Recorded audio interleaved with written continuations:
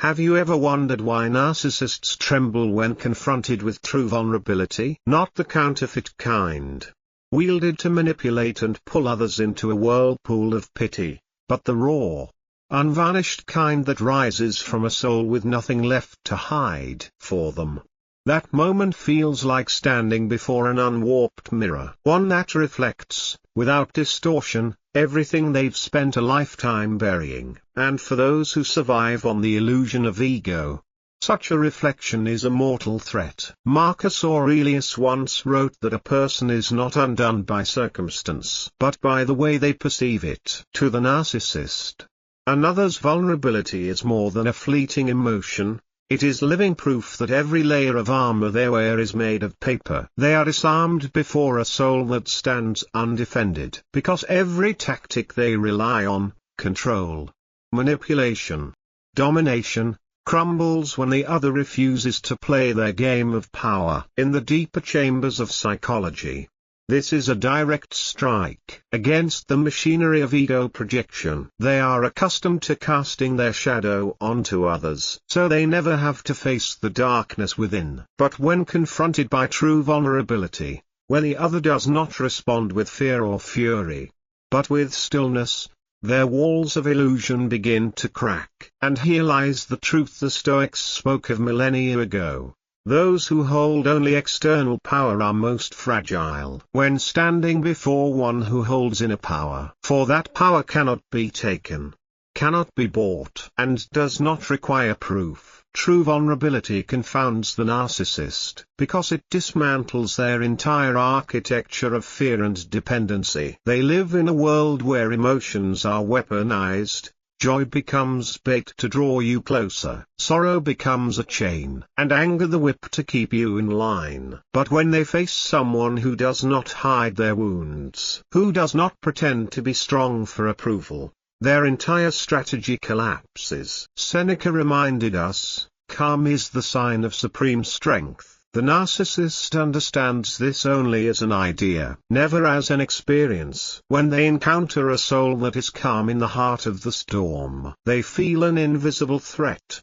the proof that true strength lies not in subduing others, but in mastering oneself. In the depths of psychoanalysis, that kind of vulnerability is an invitation to face the self they've been fleeing. The process of individuation demands accepting and reconciling with the shadow within. But for the narcissist, that means annihilating the false self they've worshipped. So they choose resistance, attack, or retreat, anything but touching that unbearable truth. Stoic philosophy teaches, no one can harm you unless you hand them that power. The truly strong need no walls to protect them, for they themselves are the fortress. The narcissist, by contrast, builds an entire citadel to conceal an inner void, and another's true vulnerability is the first wind that shakes its walls. The shocking truth is this, for the narcissist,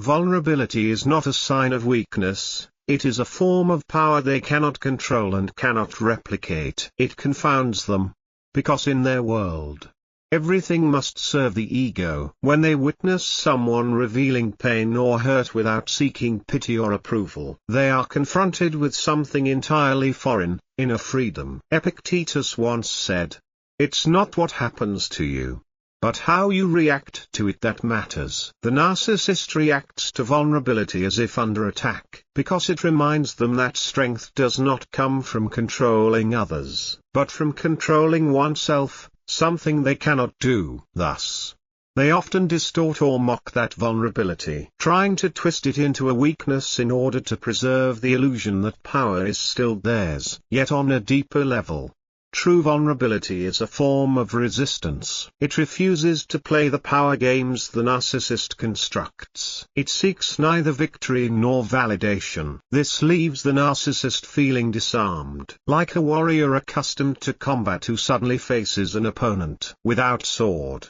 without armor, and without fear. Marcus Aurelius once observed, The strongest is he who can stand unshaken in any circumstance, without allowing his mind to be disturbed. It is this steadiness within vulnerability that unsettles and sometimes frightens the narcissist. For there they see a kind of power that cannot be destroyed, a power no fortress of ego can ever reach. What's astonishing is that true vulnerability often feels to the narcissist like staring into an abyss they cannot measure. That abyss is not the darkness of the other person, but their own darkness, the part they've spent a lifetime burying beneath a facade of false confidence. When someone dares to bare themselves without fear, they become a mirror reflecting the very parts of the narcissist they have denied. In the psychology of projection, this is the most dangerous moment for a fragile ego. All the images the narcissist tries to impose on others, weak, dependent, inferior, are shattered. Such vulnerability lies outside the framework they can control. It does not need saving, does not seek agreement, and cannot be crushed by ridicule. It is a kind of no-form strategy the Stoics spoke of, winning by refusing to step into the battle at all. Seneca once wrote, "He who does not fear loss is a man no one can enslave. The one who chooses to be vulnerable willingly is much the same, unafraid to show their wounds, for they have made peace with them." The narcissist, who draws power only from the fears of others, finds themselves powerless before such a soul. And in that moment, the cruel truth emerges: they are not the one in control, they are the one bound by their own fear. Vulnerability does not defeat them with noise, it is quiet, unyielding, and in the end, it brings down their entire construct of ego from within. That collapse often happens in silence. No clashing swords, no smoke, no fire, only an ever-widening emptiness in the narcissist's mind. They begin to realize that their power exists only when the other person agrees to play their game. But when the game is refused, when true vulnerability does not respond with fear or anger, that power evaporates like mist in the morning sun. Marcus Aurelius once warned that power built on controlling others is merely another form of slavery. The narcissist is a prisoner of the very tactics they create. They must constantly seek out prey who can be manipulated to feed their fragile ego. But real vulnerability, unhidden, unapologetic, is something they cannot digest. For it forces them to face the truth. They have no power beyond illusion. In the Stoic frame, this is proof that freedom comes not from holding others, but from releasing the need to control. Epictetus would say that the one who can accept both pain and joy alike, without losing balance, is invincible. The narcissist, by contrast, can only exist when everything revolves around them, a state that can never be sustained. And when they face someone who is moved beyond the fear of being hurt, they see a kind of strength beyond all calculations of power, a strength that needs no proof, yet is as present as breath itself. It is the very thing they crave, but will never possess. For to have it, they must relinquish the false self to which they cling. When this truth seeps into their awareness, the narcissist often reacts in one of two ways. They either withdraw, or they lash out more fiercely. Withdrawal is their way of preserving the mask, avoiding any glimpse others might have of the cracks beneath the surface. Attack, on the other hand, is a desperate attempt to break the source of strength they cannot comprehend. But in either case, the common thread is deep insecurity. Because true vulnerability has touched a primal fear, the fear of being exposed. Seneca once emphasized that nothing makes a person more uneasy than living in contradiction to themselves. This is precisely the state of the narcissist. They build an entire life around maintaining an identity they themselves do not truly believe in. When they encounter someone who dares to be fully present without defenses, they see the vast gap between their truth and their performance. That gap is the abyss that swallows every shred of false security. Within the Stoic framework, This becomes a lesson not just for the narcissist, but for all of us. For anyone can be tempted to construct a shell to hide from pain. But real power does not come from making oneself untouchable. It comes from accepting that you can be hurt, and still remaining steadfast. For the narcissist, this is a paradox they cannot solve. How can someone be both vulnerable and far stronger than them? For those who understand, the answer is simple: inner strength does not remove vulnerability, it contains it. It is this harmony that creates a power no manipulative game can ever defeat. The harmony between strength and vulnerability is exactly what Stoic philosophy has tried to convey across the centuries. Marcus Aurelius wrote that we cannot avoid the winds of fate, but we can learn to stand firm in the storm. To stand firm does not mean to turn to stone. It means letting the wind pass through, without uprooting your foundations. True vulnerability is a living proof of this principle. It allows emotions to flow, but does not let them define the essence of the person. The narcissist, who sees all emotions as either tools or threats, cannot grasp such serenity. In their world, vulnerability equals defeat, for they view life as a series of battles for dominance. But Stoic philosophy shows that true victory lies not in defeating others, but in mastering oneself. Those who dare to be vulnerable do not place themselves in the enemy's hands. They simply refuse to play by the narcissist's rules. This creates a profound irony. The more someone tries to protect the ego, the more fragile they become, while those who dare to open themselves are often the hardest to break. Inner strength needs no fortress, for it is built on a foundation that no external force can destroy: self-acceptance and self-understanding. Epictetus would call this true freedom, when nothing outside you has the power to force you to surrender your inner peace. And this is the secret the narcissist will never admit: that the willingly vulnerable person already holds a power far greater than anything they are chasing. It is precisely this kind of power that makes the narcissist feel utterly unsettled. They can suppress loud defiance, extinguish anger, and even manipulate apologies, but they are completely powerless before a calm presence, one that seeks neither to defend nor to attack. This is a kind of power that cannot be touched, because it depends on nothing external. Seneca once said,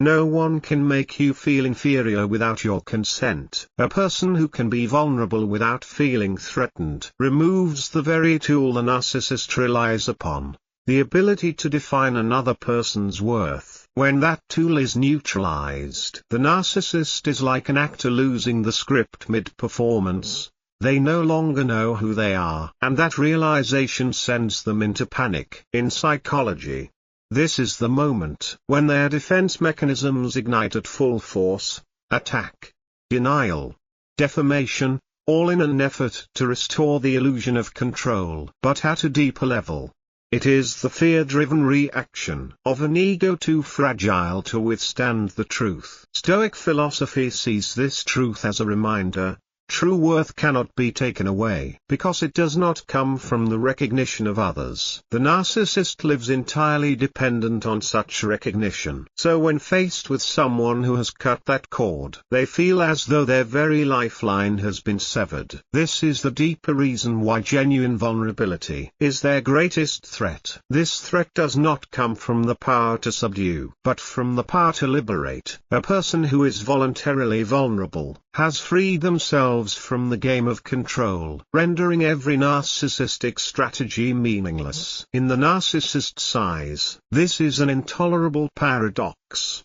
How can someone who does not defend or resist strip them of their sense of dominance? Marcus Aurelius would answer: because true power lies not in winning or losing, but in keeping the mind undisturbed. When faced with such a person, the narcissist is forced to confront the fact that all their efforts revolve around manipulating the external world, while inner strength remains untethered to circumstance. From a psychoanalytic view, this kind of vulnerability strikes directly at the narcissist's unconscious, the place filled with repressed memories.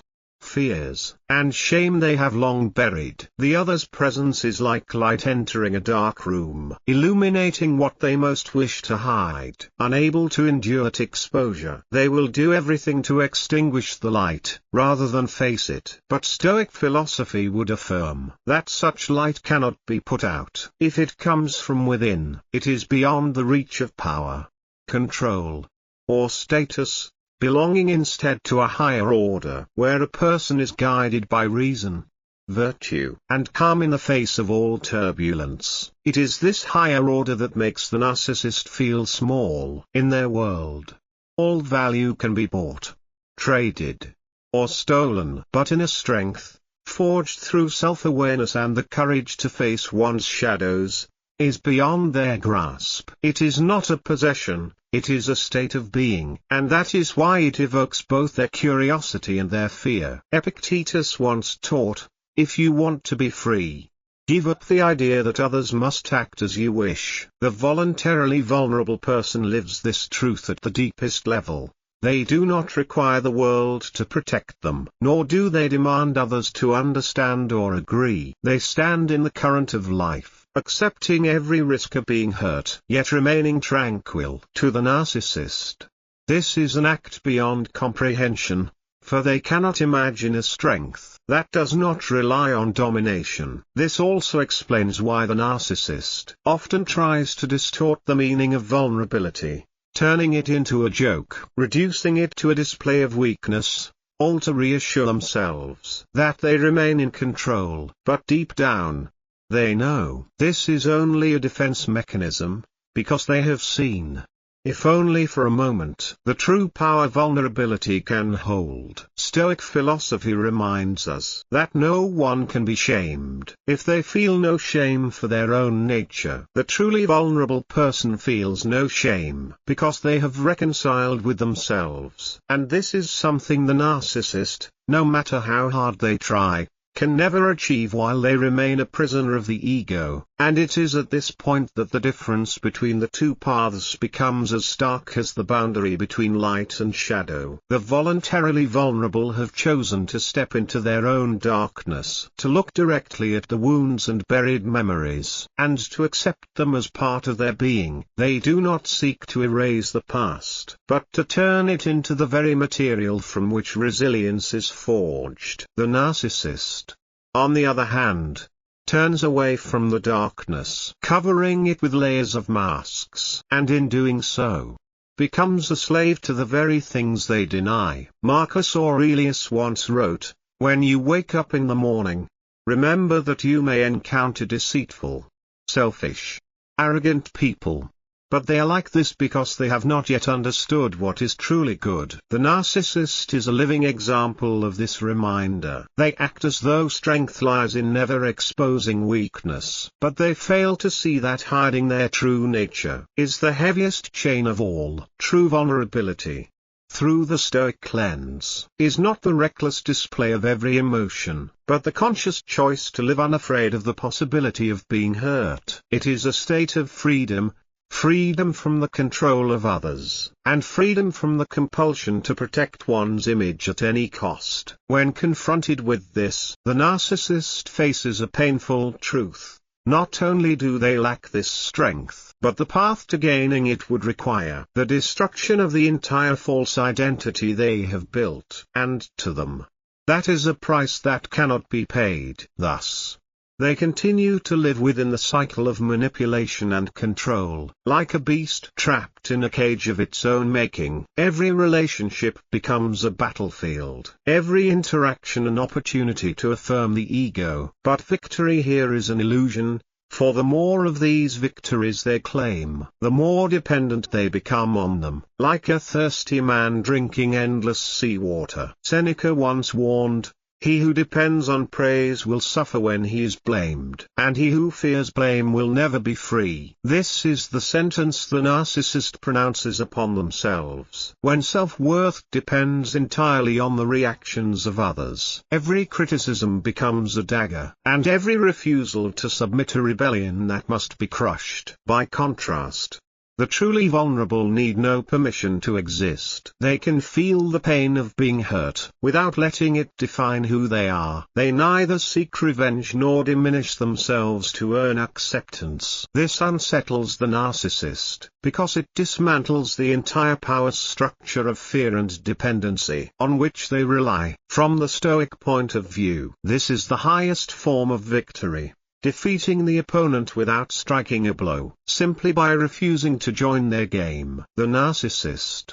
no matter how aggressive, cannot force a free mind to kneel. And in the moment they realize this, they finally understand what true power is, a power they will never possess, so long as they remain slaves to their own ego. Yet this true power does not come from a single explosive moment, but from a quiet, enduring process, like a whetstone slowly, patiently sharpening a blade. The voluntarily vulnerable have endured the winters of the soul, have allowed themselves to sink to the depths of fear, and there discovered one thing that cannot be taken away: the ability to accept reality as it is. Epictetus once taught, "It is not what happens to you that distresses you, but how you interpret it." The narcissist cannot grasp this, for their entire inner world is built upon avoidance, not just avoidance of pain, but avoidance of themselves. The truly vulnerable are the opposite.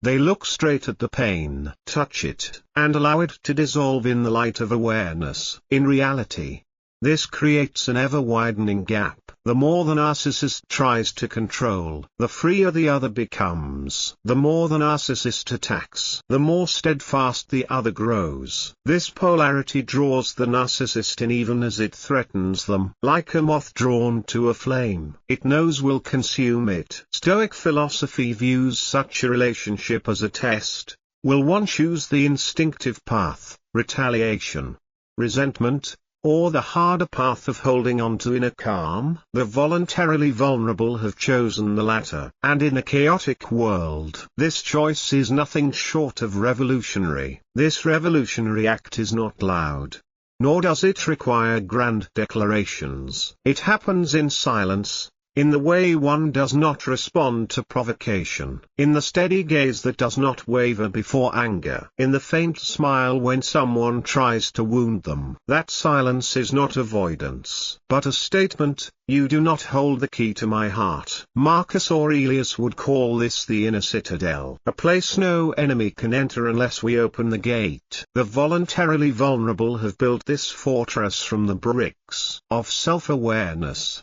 humility, and acceptance. No matter how skillful the narcissist may be, they can only stand outside, pounding at its doors in vain. Ironically, many narcissists are unaware that what they truly crave is this very strength. Deep in the unconscious, they too wish to be free from the fear of being hurt, free from the pressure to protect the ego. But the road to such freedom demands humility and absolute honesty with oneself, precisely the thing they avoid most. And so, they continue to attack, to search for weaknesses, as if defeating another could save them from themselves. But Stoic philosophy has long pointed out, he who cannot conquer himself, loses every other battle, no matter how many outward victories he claims. The truly vulnerable know this, and thus they have no need to argue, no need to prove. They simply live, and that life becomes the most powerful proof of all. In the end, the truth about the narcissist and the voluntarily vulnerable is not a story of winners and losers, but a tale of two paths of the soul. One leads into the endless cycle of fear and the illusion of power, the other leads to a freedom that no outside force can break. Seneca once wrote, "The free person is the one who fears nothing but the loss of their character." The truly vulnerable understand this deeply. They do not cling to what can be lost: reputation, praise, approval, for they know all these are impermanent. Instead, they hold fast to their character, and this makes them unbreakable. The narcissist may never admit it, but in quiet moments when no one is watching, they feel the weight of this difference. They may deny it, mock it, or attack it, but deep down they know they are not fighting the other person, They are fighting a mirror that reflects the part of themselves they dare not face. And here lies the greatest paradox. The voluntary vulnerability they see as weakness is the only doorway to true freedom. But to pass through it, they must surrender the very ego they have spent a lifetime defending. Stoic philosophy leaves a reminder for both sides.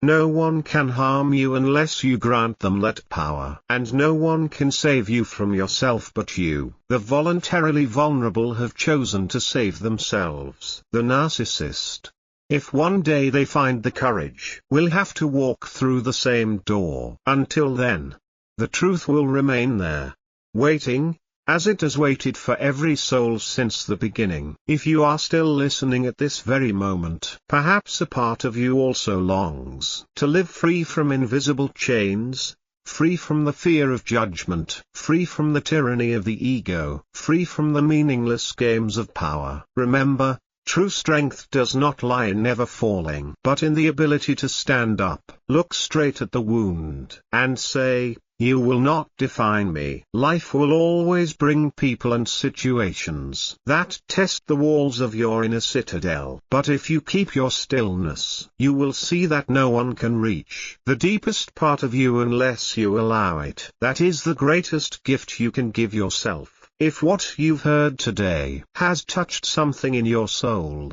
let it stay with you, and carry it into every conversation, every moment of your life. And if you wish to keep walking this path of self-discovery through the lens of Stoic philosophy, through stories and perspectives that speak to the heart, hit the subscribe button. That way, you won't miss the stories that could change the way you see the world and yourself. Because sometimes, just one idea at the right moment is enough to change an entire life.